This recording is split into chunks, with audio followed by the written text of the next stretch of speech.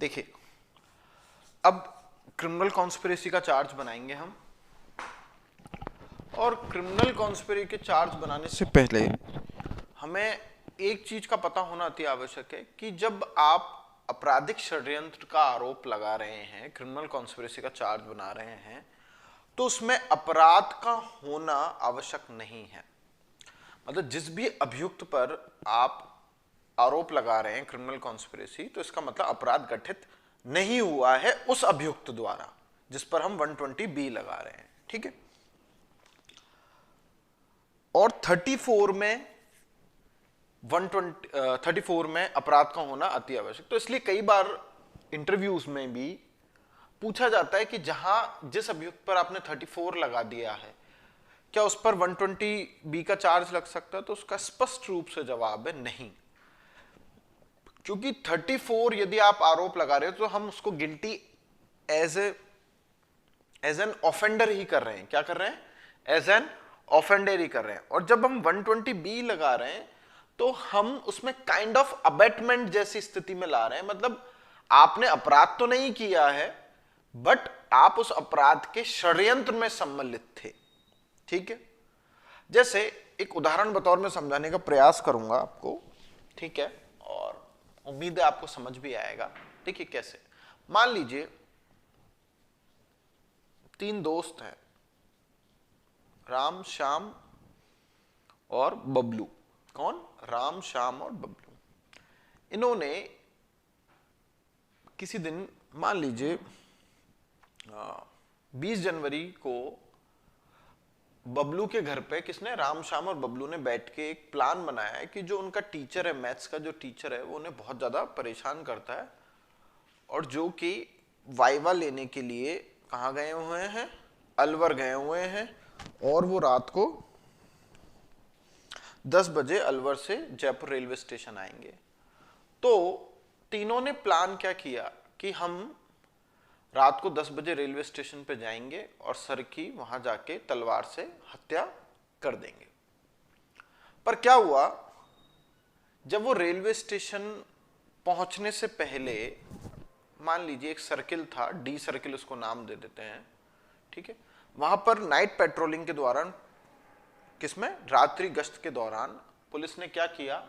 उन तीनों को रोका, और उनके पास जब तलवार देखी तो पुलिस को कहीं ना कहीं भनक हुई, ये तीनों क्या कोई अपराध घटित करने जा रहे हैं।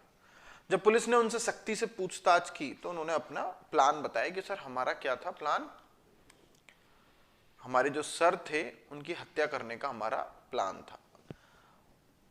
तो अब यहां हत्या तो हुई नहीं है, परंतु क्या हुआ है? हत्या का षड्यंत्र रचा गया तीनों द्वारा।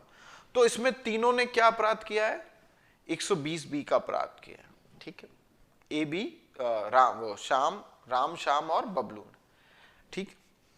एक ऐसा करते हैं अपन, इस अपराध को गठित भी कर देते हैं और उसमें तीनों की लायबिलिटी भी अलग अलग कर देते हैं। देखिए कैसे, समझने का प्रयास करेंगे। यही सेम प्लान बनाया है कि हम, हमारे सर जो आएंगे और उसमें हम सर की हत्या करेंगे।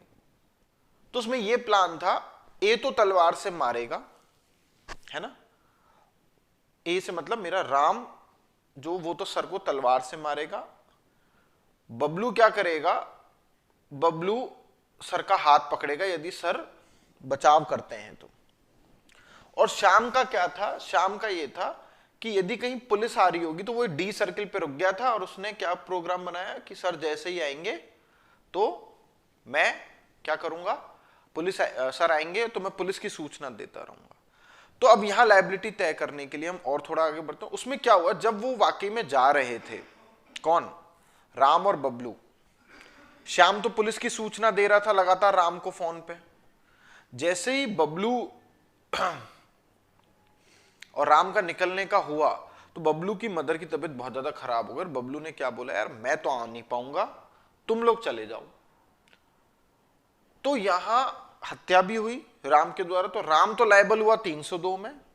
श्याम चूंकि पुलिस की सूचना दे रहा था तो उसका एक्टिव पार्टिसिपेशन था, तो उस पर लगेगा 34/302, मतलब उसने कॉमन इंटेंशन था उसका। और चूंकि बबलू ने अपनी तरफ से कोई एक्टिव पार्टिसिपेशन नहीं दिखाया उस एक्ट में, सिर्फ एग्रीमेंट का पार्ट रहा, तो उस पर 120B लगेगा। बोलिए आई बात समझ में नहीं? तो यहां तक तो आ गई।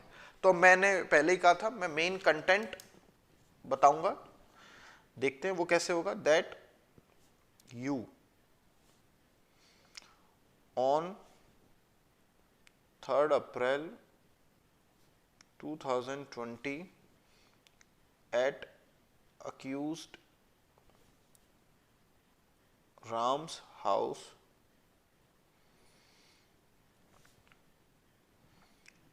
agreed to commit theft of Mr. X Audi car number RJ14XX1234 and thereby you have committed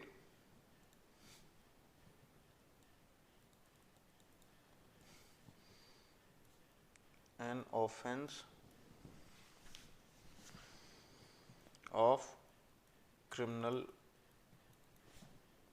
conspiracy to commit